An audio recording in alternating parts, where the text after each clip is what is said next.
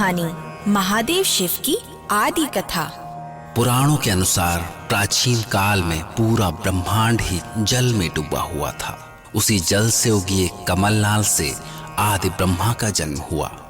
किंतु ब्रह्मा के जन्म लेने से पहले ही 5 तत्वों पृथ्वी, जल, अग्नि, आकाश और वायु, इन 5 रूपों में भगवान शिव यहाँ विद्यमान थे।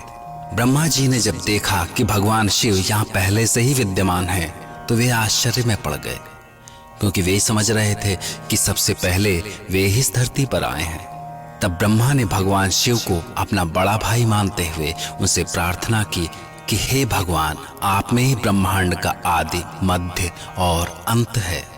आप इतने समर्थ हैं कि आप सृष्टि रच सकते हैं, इसलिए आप ही सृष्टि की रचना करें। तब ब्रह्मा जी के इस अनुरोध पर शिव ने कहा, तथास्तु, अर्थात ऐसा ही होगा। इस प्रकार भगवान शिव ने जल में प्रवेश कर घोर तपस्या आरंभ की और अनेक औषधियां और अन्न पैदा किए, क्योंकि भगवान शिव को पता था कि जब सृष्टि बनेगी तो उसमें प्राणी पैदा होंगे और उन्हें भूख भी लगेगी। इसलिए उन्होंने सोचा कि क्यों ना उनके भोजन की व्यवस्था भी पहले से ही कर ली जाए। इसलिए जीव को बनाने में भगवान शिव को देर लगी, जबकि ब्रह्मा चाहते थे कि सृष्टि की रचना जल्द से जल्द हो जाए। इसलिए उन्होंने बिना महादेव शिव को बताए हुए ही स्वयं प्रजापतियों के रूप में सृष्टि की रचना आरंभ कर दी। परंतु जैसे ही ब्रह्मा ने सृष्टि की रचना के रूप में प्रजापतियों को बनाया, प्रजापति भूख से इतने व्याकुल हो गए कि वे ब्रह्मा को ही खाने दौड़ पड़े।